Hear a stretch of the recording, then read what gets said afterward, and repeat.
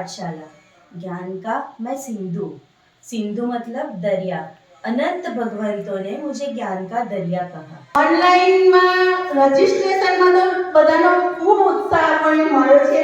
અને કોઈને બી ના ખબર પડે કઈ બી વસ્તુમાં પ્રોબ્લેમ હોય ટેકનિકલી કે કોઈ બી રીતે જોઈન કરતા ના ફાવતું હોય આઈડિયા ના હોય ઝૂમનો એટલો તો મને અને લક્ષ્મી શાહને ક્યારે બી કોન્ટેક્ટ કરી શકે છે।